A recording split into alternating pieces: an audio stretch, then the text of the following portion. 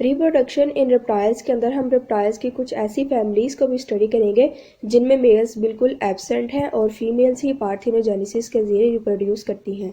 तो अस्सलाम वालेकुम students, welcome to zoology with Amna. तो चलिए आज की वीडियो को स्टार्ट करते हैं। सबसे पहले रिप्रोडक्शन में देखें तो रेप्टाइल्स जो है वो एमनियोटिक एग्स को ले करते हैं, मतलब इनकी जो एग्स हैं वो प्रोटेक्टिव एग मेम्ब्रेन से कवर होती हैं।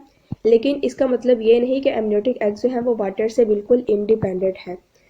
इन एग्स के अंदर भी जो है वो स्मॉलर पोर्स जो है वो प्रेजेंट होते हैं जो कि अलाउ करते हैं कि वाटर भी एक्सचेंज हो सके इन्वायरमेंट के साथ और गैसेस भी एक्सचेंज हो सके। इसके अलावा ये एग्स जो है ये हाई ह्यूमिडिटी के एरियाज में ही ले किए जाते हैं। अब कुछ जो रेप्टाइल्स हमारे पास है वो पेरेंटल केयर में इन्वॉल्व होते हैं ताकि वो एग की डेवलपमेंट के दौरान भी वो पेरेंटल केयर करते हैं और इसके अलावा जब एग की हेचिंग हो जाती है उसके बाद भी वो पेरेंटल केयर करते हैं। अब क्योंकि ये एमनियोटिक एग है इसका मतलब है फर्टिलाइजेशन के बाद ही इसके अराउंड जो है वो प्रोटेक्टिव एग मेम्ब्रेन्स को ले होना चाहिए। तो इसका मतलब है फर्टिलाइजेशन जो है वो इंटरनल होगी, वो फीमेल के रिप्रोडक्टिव ट्रैक के अंदर होगी और फर्टिलाइजेशन के फ़ौरन बाद ही फीमेल का रिप्रोडक्टिव ट्रैक ही एग के अराउंड जो है वो प्रोटेक्टिव एग मेम्ब्रेन जो है वो बनाएगा। अब इंटरनल फर्टिलाइजेशन के लिए ज़्यादातर मेल रेप्टाइल्स के पास इंट्रोमिटेंट ऑर्गन जो है वो मौजूद होता है। इंट्रोमिटेंट ऑर्गन हम ऐसे ऑर्गन को बोलते हैं जो कि स्पर्म्स को फीमेल की बॉडी या फीमेल के रिप्रोडक्टिव ट्रैक के अंदर इंड्यूस करने का काम करता है। अब ट्योटारा हमारे पास एक्सेप्शन है कि ट्योटारा के अंदर हमें ये इंट्रोमिटेंट ऑर्गन नज़र नहीं आता। और अगर मज़ीद डेप्थ में जाएं तो लिजर्ड्स और स्नेक्स के पास पेयर्ड हेमी पेनिस प्रेजेंट होते हैं। हेमी का मतलब होता है हाफ, पेनिस मतलब इस तरह का स्ट्रक्चर जो स्पर्म्स को फीमेल की रिप्रोडक्टिव ट्रैक के अंदर इंड्यूस करने का काम करता है।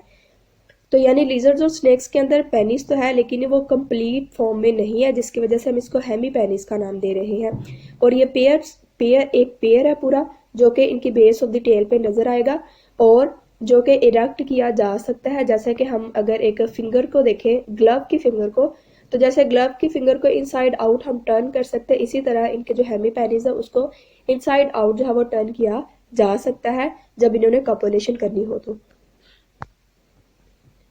गोनेड्स और कॉपुलेशन में देखें तो इनके जो गोनेड्स हैं वो एब्डोमिनल कैविटी के अंदर ही लाए करेंगे। और मेल्स के अंदर अगर रिप्रोडक्टिव सिस्टम को देखें तो इनके जो स्पर्म्स को क्लोएका तक डिलीवर करने के लिए पेयर ऑफ डक्ट्स जो है वो प्रेजेंट है। और फीमेल में कॉपुलेशन या मेटिंग के बाद स्पर्म जो है वो सेमिनल रिसेप्टिकल के अंदर जो है वो स्टोर होंगे।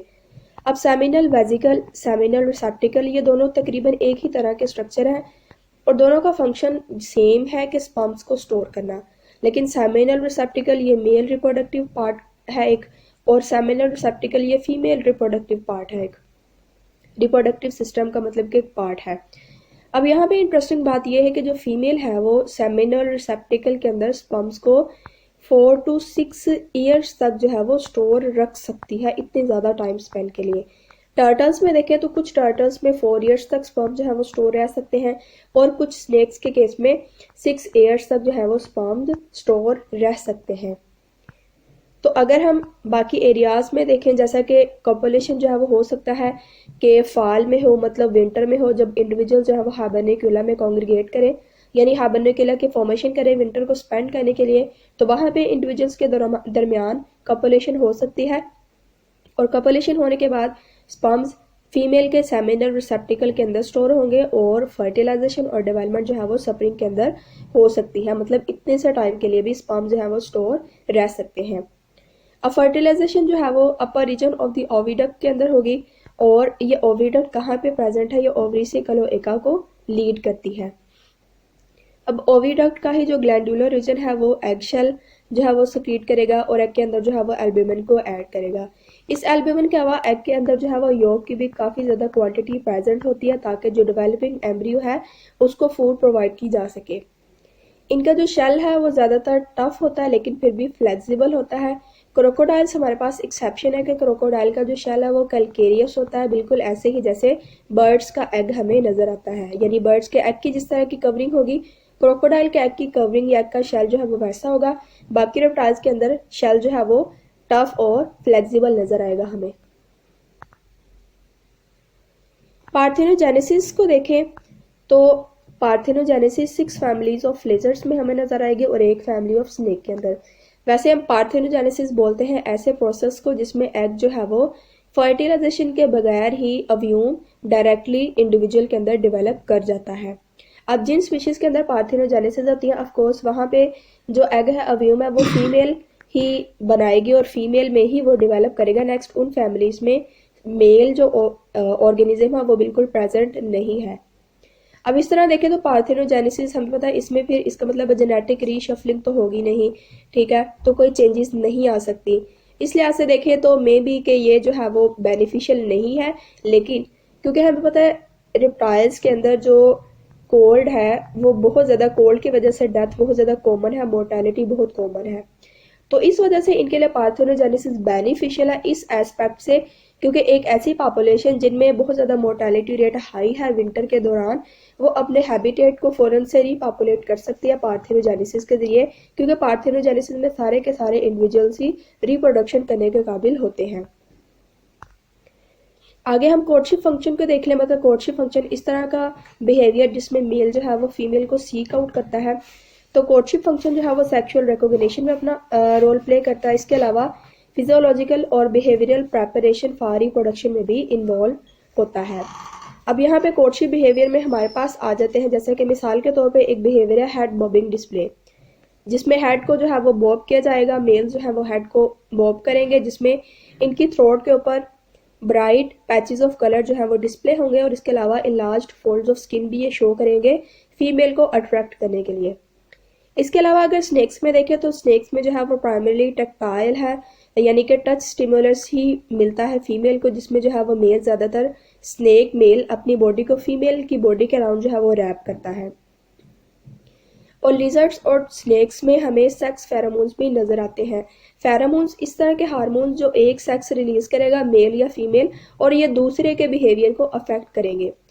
तो लिजर्ड्स और स्नेक जो है वो कोर्टशिप बिहेवियर शो करने के अलावा सेक्स फेरोमोन्स को भी यूज़ करते हैं अपने पार्टनर को अटैक करने के लिए।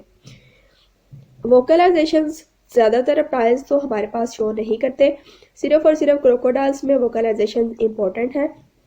ब्रीडिंग सीजन में जो है वो मेल होस्टाइल होंगे, होस्टाइल मतलब एग्रेसिव होंगे और एक टेरिटरी को ऑक्यूपाई कर लेंगे, और बाकी मेल्स को बताने के लिए कि हाँ भाई ये गिवन टेरिटरी जो है वो ऑक्यूपाई हो चुके हैं, बाक या कफ करेंगे। और इनकी जो ब्रीडिंग है या जो मेटिंग है वो वाटर के अंदर होगी क्रोकोडाइल्स के केस में। डेवलपमेंट एंड पेरेंटल केयर में अगर देखें तो ज़्यादातर रेप्टाइल्स तो पेरेंटल केयर में इन्वॉल्व नहीं होते, कुछ ही हैं जो पेरेंटल केयर करते हैं, और ज़्यादातर रेप्टाइल्स अपने एग्स को अबैंडन करते हैं ले करने के बाद। कुछ जो टर्टल्स हैं वो अपने एग्स को जो है वो ग्राउंड में या प्लांट डेब्रिस के अंदर जो है वो बरी कर देते हैं। बाकी रेप्टाइल्स भी अपने एग्स को ज़्यादातर रॉक्स के अंदर या किसी भी क्रेविसेस के अंदर जो है वो ले करते हैं। रेप्टाइल्स की तकरीबन 100 स्पीशीज़ हमें ऐसी नज़र आती हैं जो पेरेंटल केयर के अंदर इन्वॉल्व हैं, जिसमें एक एग्जांपल है हमारे पास एलिगेटर मिसिसिपिएंसिस। अब ये जो एलिगेटर है ये माउंट बनाएगा, यहाँ से प्लांट डेब्रीज से जितने भी प्लांट लीफ लिटर है उसको जमा करेगा, एक माउंट मतलब हिल लाइक एक एलिवेशन सा स्ट्रक्चर बनाएगा, इसको अंदर से एम्पेटाई करेगा। एम्पेटाई करने के बाद कुछ जो है वो लीव्स को कलेक्ट करके उसका फ्लोर बनाएगा यहाँ पे, और वहाँ पे इस फ्लोर पे अपने एग्स को ले कर देगा। इस तरह जो है फिर ये एग्स को बाकायदगी से अटेंड करेगा ताकि एग जो है वो प्रीडेशन में चले ना जाए और वेस्ट ना हो जाए।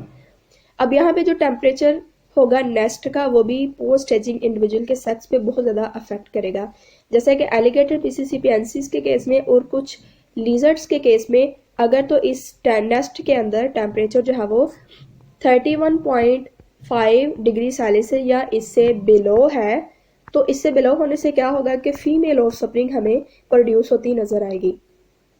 और इसी तरह जब टेम्परेचर जो है वो 32.5 डिग्री सेल्सियस या इससे हाई है तो हमें मेल ऑफ स्प्रिंग नजर आएगा।